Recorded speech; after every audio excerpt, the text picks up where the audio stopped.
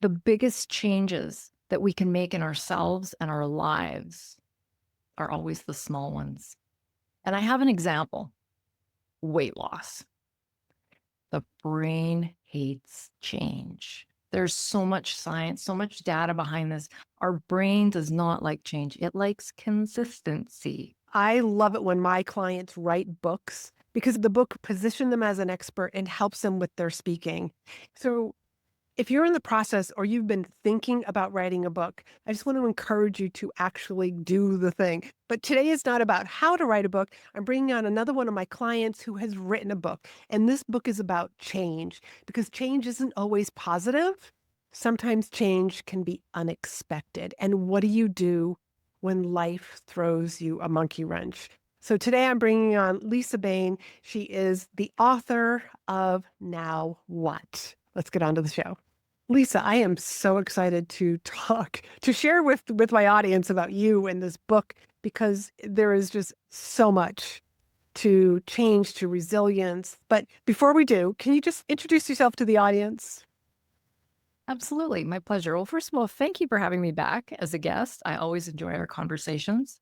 But in a Coles Notes version, I'm Lisa, and I'm a speaker and author, podcaster, and just have been on this journey through life learning and have taken all the lessons and really enjoy helping other people. And I do that through my books and my talks and my coaching. You just made me realize this is your third appearance on the Be in Demand show, I think you're right. not counting any of the speaker circles you've been on. So those that what might be a little hard for me to count. Okay, so let's focus, Laurie-Ann. Okay, your first book was on grief. What led you to write this newer book about navigating change? That's a great question. And it's a complicated answer. I'll try and keep it short and succinct. Ultimately, after having gone through the loss of my daughter, it's been 10 years now. Mm. Things have been, obviously a lot of learning, a lot of changing, a lot of things that I had to do in order to survive. The hardest thing that I've ever had to go through. Yeah. And as things have changed in my coaching business and even the keynotes that I'm delivering and all this kind of thing, there was just kind of this shift. And you actually, Laurie-Ann Murabito, you are the one that made me realize that I have a bigger message to share. Mm. Because when you started hearing about some of the strategies that I had and how I was helping others through other difficult things in their lives, you said to me, you have a bigger message to share. I think you need another book. And I kind of rolled my eyes, if I'm absolutely honest, and thought, yeah, sure, when I get time, right? Because that's a big undertaking, writing a book. It is a big It undertaking. is, but it was kind of a seed that was planted. And I realized that with this pivot in my direction with speaking and everything else, that I really did need a book to go with it. Yeah, you really had two avenues that you were trying so desperately to keep walking down, but they're very different people were lined up along those avenues. And I do remember saying that to you. You did. And I'm so glad you rolled your eyes at me, but you still found the time. I think I do remember, like on one of the in-demand membership calls, that you saying like the book is just like I'm writing it. It's flowing. So Mhm. you just knew that you were right on target. I did. And, the first book I wrote, granted, I mean, everything that you do the first time takes longer, but it was a 14-month process. And this one, I think I was done writing it, not editing it, but writing it in months. Like it was almost like a download that poured out of me. Wow. And when you say months, like what roughly is that to give I people started an middle of idea? September, and I would say I was done writing by middle of December.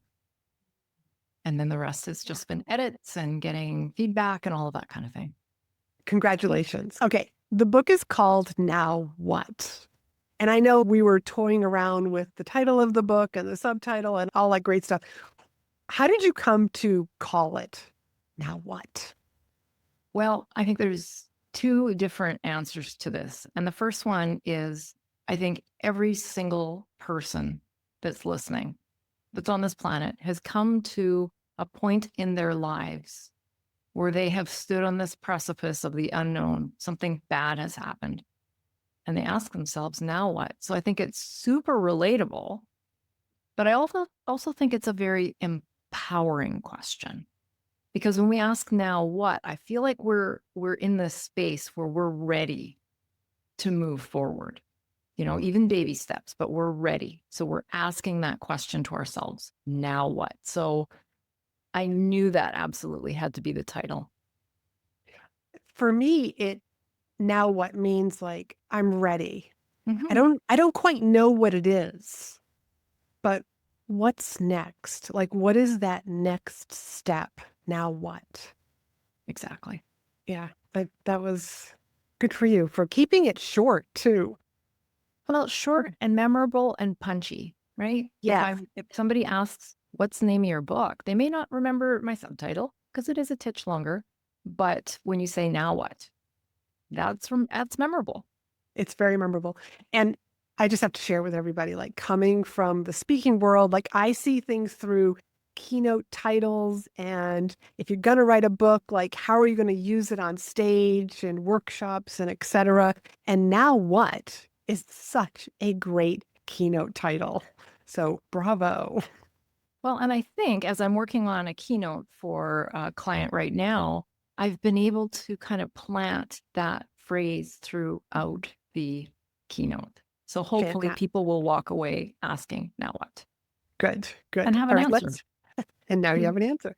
Okay, let's dive into a little bit more about the meat of the book. What's in between the pages, if you will. So how do you move forward when the change that you're facing is something that's something that you choose and also something that you don't choose? Right. And that's a great distinction because I think there are some changes which we plan for, right? We plan a wedding. We a lot of times plan to have a child. You do extra education so that you can get that dream job. You get the job, that's a change. You plan for months and months to go on an amazing holiday, changing your routine. That's a positive change, right? That's a welcome change. But you're right. Life has a way of pulling the carpet out from under us from time to time. And those are very unwelcome and uncomfortable changes. So the way we react to each of those is very, very different, right? When it's a good, positive change, we're happy. That's what we wanted. It's great. The energy is high. But when it's an unwanted, unplanned change, yikes, that hurts and it's scary. It's so much unknown. You know, one of the things that you and I have in common, is a death of a loved one. And I know I don't talk about it very much on this podcast or even like in my social media posts, but I lost my first husband and we were married for 8 months. Yeah, 8 months. Um, and that was the first big like death loss in my life. And I didn't have anybody who could really guide me, although coincidentally, I had two friends who were young, who were in their 20s when they became widows.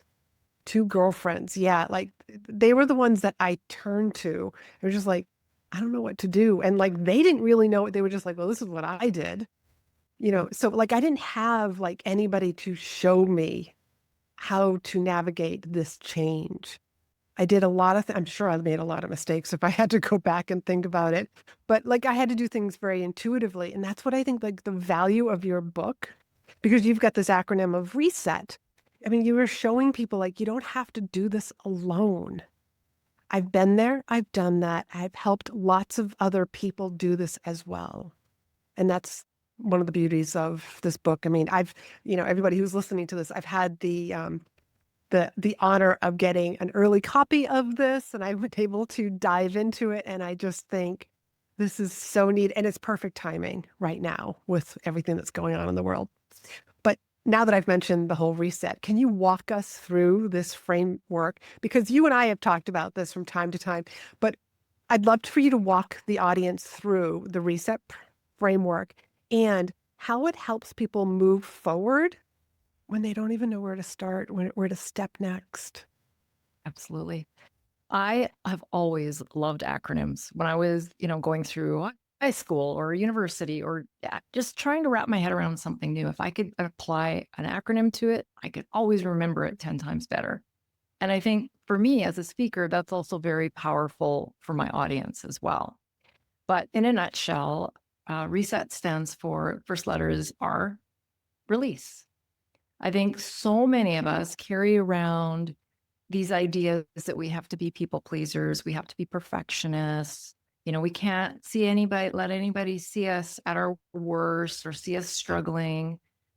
Old belief. Sometimes we have to release people, frankly, who are maybe not in a supportive place when we need them.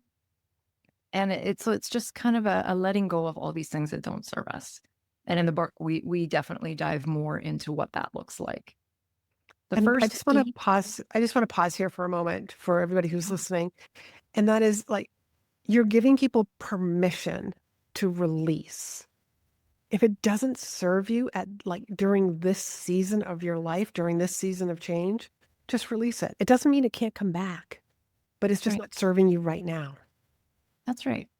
And when we've gone through, such terrible change, whatever it may be, I think it's really important to do a little bit of house cleaning, right? Because we just don't have the energy to carry everything all at once. So if we can release some of that, that gives us space to do some of the healing work that we need to do. Very good point. The first E is envision. And this really falls towards hope and possibility. And even in those early days, like you say, you don't know what to do. You don't know where to turn. It's it's taking something and just finding the possibility. And here's an example. I'm working with a client right now. They're going through massive change. They've been going through, oh my gosh, a business overhaul for 2 years. Like they are in the muck. Everything's changing. The management, their computer system, the way their business is structured, everything. And Oh as my you can God, talk about imagine, change. people are burnt out, right? And they don't even want to continue with the project anymore. Like this is the place they're at. But what we're working on is trying to look past all the muck, and so we've kind of changed perspectives a little bit, changed the conversation. At the end of the day, when all of this is finally in place, what can we look forward to? Oh God, we don't have to run that report on Tuesday anymore. That 8-hour thing that used to take me every Thursday afternoon, 8 hours is now going to be a 1 point data entry. There's actually hope that I'm going to be able to go home at 5 o'clock every day instead of being here till 7:30. So, changing our perspective a little bit so that we can envision what things might look like on the other side of change. Nice. And S is strengthen. We need to strengthen our foundation when life knocks us over, kicks us in the pants, whatever. We are not at our best. We're not at our strongest. So I do go over some of the finer aspects of self-care. You can't get through hard stuff if you're not sleeping. You can't get through hard stuff if you're not taking care of yourself physically. But we also dive a lot into the mindset, the perspectives, and adding some of the healthy things back in, like the right people. The right people on your journey is critical. And where to Oh, find yes. Never underestimate your environment. your team, right? What's that saying? You are the average of the 5 people you spend the most time with. Yes. When I first heard that, I thought, holy, I got some changes to make, Me too. right? Yeah. And then we move on to the second E, which is surprising to a lot of my audiences. That stands for energize. Essentially, in a nutshell, it's fun, it's joy, it's rest. One of the first things that we let go of when things get hard, whether we're going through divorce, lost our job, lost our house, like any of these bad things, lost our loved ones, is we forget how to have fun. Mhm. We forget that it's okay and frankly important to have fun because that fun is what fuels us. Anybody listening, if you maybe you're going through that change in the workplace and you're putting in 10-hour days, it doesn't seem so bad when you get together with your good friends on the weekend and you go for that amazing hike to that beautiful waterfall, or you do that creative activity that just fills you up. Yeah. And when you get back to the hard stuff, it's like, it doesn't seem so bad. This is reminding me of when I was in the middle of massive change, and a friend just asked me, and he did it intentionally. He told me later. He said, "Laurie, like, what's something fun that you like to do?" And I couldn't answer him. And because I couldn't answer him, I said, I did. I was honest. I said, "I don't know." But I used to say, I like hiking. I like gardening. I like cooking. And later on, we discussed this because it sat with me that I didn't know. I couldn't remember. I couldn't answer that question of like, what do I enjoy to do? What do I enjoy doing? What are some of my hobbies? And like I said, he did it intentionally, and he noticed the stupid answer that I gave him, the surface level answer. But we Isn't ended that up, interesting? yeah. And I think when you are under those really stressful situations, because I'm thinking back to even a time when I was in college and my mother was in the hospital and I was like trying to go to college, still trying to go back home and take care of my younger sisters, that like you forget. It's almost like our mind is only capable of like, what are the bare necessities that need to get done? Yeah. Let's just focus on that. And so that's why I got amnesia about the things that I enjoyed doing. But having fun is like, I think I'm so much wiser now that if you could like take me and all that I know and plot me back in my 20s or when I like lost my husband, like I think I would handle it differently and definitely keep a lot more fun, even if that was just watching funny cat videos. Okay. Exactly. Exactly. You start where you can. But the reason I'm nodding my head like crazy is this exact question was asked to me by my therapist. Maybe 5 years ago. I switched therapists because I became friends with the other therapist. She's still awesome, but, different relationship. And when I started with this new lady, she said, "Oh, tell me about Lisa." And I listed off all my jobs. I'm a mom, Right. lost my daughter. I'm a wife. I work at the hospital. I mentor bereaved moms. And she just kind of had that glazed over look and nodding and kind of said, "Okay, but what do you like to do for fun?" And like you, I think I sat in silence and the tears actually came. And she gave me the homework. She actually asked me 2 really good questions after that. She said, "Your homework is to go home and ask yourself, what did you like to do as a kid?" Right? And for me, it was running around outside with my bare feet in the grass and playing tag and getting fresh air and being outside in nature and all that stuff. And the second thing was, what kinds of things have you always wanted to try? So for me, that was pottery, puppy yoga, ballroom dancing, like, and everybody's answer is going to be different, and as it should be. But I started scheduling my fun because you know what Good it's for like being an you. entrepreneur and a solopreneur. Like you just keep going. You don't Right. take the breaks. So I started scheduling fun in, which doesn't sound very spontaneous, but it works for me. Make sure that I get my fun. But it's getting that habit back into your life. Like, yeah, you have to consciously think about how do I add more fun to my life, but then you'll get to a point where it is easier to be spontaneous Mhm. about adding more fun activities. It's kind of like learning how to write. Yeah, Like they taught you how to write in high school, but we all know like that's not how we write content these days. That's not even how you write a speech that I taught you. right. It's like, and it takes practice. You have your own podcast. Have you ever gone back and listened to your first episode? I don't want to because I I know don't I'm either. very good. But it's practice and that kind of goes like strength, just repetitive. Okay, I'm sorry. Absolutely. We got a little side tangent there. It's an important side tangent. But the last letter is T, and it's take action. And we all know if nothing changes, nothing changes. So we can listen or we can read all the self-help books. We can listen to all the podcasts. We can hire a coach. But if we're not applying what we've learned, nothing changes. So Yeah. it's really just applying the previous 4 steps.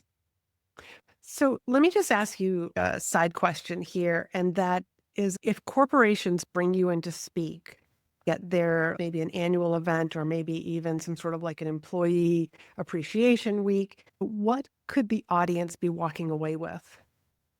Great question. I'm working on a keynote right now for corporate, and my 3 speaking points are actually on release and energize, and then the bonus, which is the 1% shift strategy, which probably deserves its own book, but it is a bonus chapter in the book. This was one of the questions I was going to ask you because I love this 1% strategy of yours. But yeah, all right, let's dive into it. This is what any audience is going to get. Whoever brings you in to speak, the audience is going to walk with the understanding a lot better this 1% strategy. Go ahead. Well, and that is my ultimate message is I will give you these other tools, but if there's nothing else that you hear or remember today, this is it. And that is that the biggest changes that we can make in ourselves and our lives are always the small ones. And I have an example, and that's around, I think everybody listening can probably relate to weight loss. And, here we are coming up on short season soon. And, we want to look smoking hot in our shorts and our tank tops and maybe our bathing suits. And it's the difference between having the mindset, okay, I'm going to go to the gym twice a day. I'm going to reduce my calories to 1,000 calories a day. I'm never going to drink wine. I'm never going to have chocolate, no chips, blah, blah, blah, blah. Massive change. The brain hates change. There's so much science, so much data behind this. Our brain does not like change. It likes consistency. It likes knowing what's coming next, right? And that's why habits are so hard to break. But if we can dial that back, and in the weight loss instance, the second person says, yeah, I want to look better in my stuff by summer, but I'm going to make some small changes. Instead of going to the gym or committing to some crazy thing that you just can't, they might start with walking around the block if they've been inactive. Or they might say, you know what, instead of having that big serving of dessert after supper, I'm just going to take half the amount that I'm going to take, but I'm still going to have the dessert. And that as they move forward and because those are easy changes, our brain doesn't have a big meltdown. It's like, okay, this isn't so bad. I could do that again tomorrow. That we keep going. And as long as we continue to take the next best step forward, we will make massive progress in the long run. For myself, like I think back, early grief, I mean, I couldn't get out of bed. But a 1% shift was get up, have a shower, go back to bed. Or on a better day, get up, move to the couch. Small shifts. So that's what that's all about. And it's really, really powerful. That reminds me of, I would make a list of what I was going to do that and accomplish that day. And I was very kind to myself. But there were days where I was just like, go to Home Depot, go buy light bulbs. Mm-hmm. The next day, I knew Home Depot was still going to be on my list because there was something that needed to be returned. I'm just going for the light bulbs today. Tomorrow, I'll make that return. It was just a little change. And I knew I was Because going to be they're okay. stable. Yeah. It's almost like we trick our brain. Like, oh, like, look, like it used to be a big pile of dessert bowl. Like maybe like I just got the smaller bowl or the smaller plate. And we're tricking ourselves, but we know as human beings, I want to make a change. And I'm going to make sure that I stick to it. So I'm going to do this 1%. I'm just going to make a tiny change because it compounds on each other each day. Absolutely. And then the other thing that happens when we make these small changes that aren't so difficult is it builds confidence. I Mm, can stick to this thing. mm, I can do this thing. So I wonder, I'm going to try this other thing. Maybe instead of, in addition to my small dessert, maybe I'm going to add some more vegetables to my supper. I can do that. Right? yeah. Because when we have some confidence, I think that gives us a little boost to it, and it helps us believe that we are capable of making change. Lisa, this question also has brought up another thing that I loved about your book. Now, I love neuroscience. So you brought in a lot of neuroscience and some studies, and you backed your information. You backed your research. So thank you for doing that. So it's not just some random framework. There's science behind it. I appreciated that. I that's the way I roll. I like to know why the brain does the things it does. So I hope my readers enjoy that as well. Yeah. Well, I hope every corporation who brings you in or any conference organizers that bring you in to speak to their audience that they are going to get such a treat and walk away with something, not something that's depressing, but change is just inevitable. Yeah. Just like we had said in the very beginning, like there's positive change that we're looking forward to, but then there's the stuff that just smacks us in the face that we didn't see coming, or even in times we see it coming, but it's just like, oh, like now I'm in the thick of it. Mhm. And this is something that they just didn't teach us in school, how to navigate life's changes. So thank you so much for writing this book. It's going to help so many people. I really hope so. Yeah. So, Lisa, before you go, can you tell people where they can find you, listen to you, learn from you, follow you?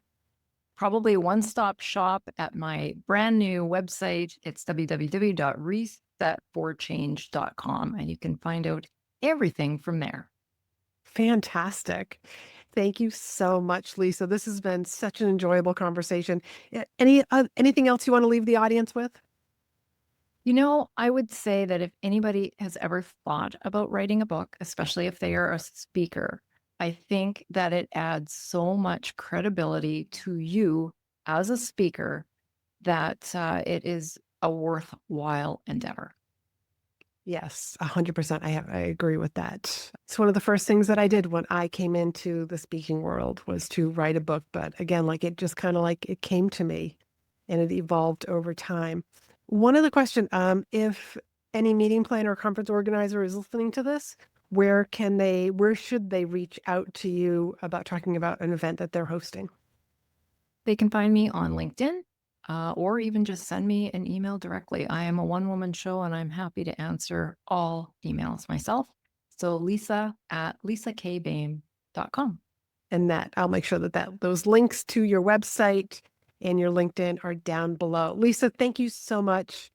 And I hope that you've all enjoyed this conversation and make sure you get a copy of her book. It's on Amazon and all the wonderful places that you would normally buy your favorite books. So until next week, I want you to be in demand.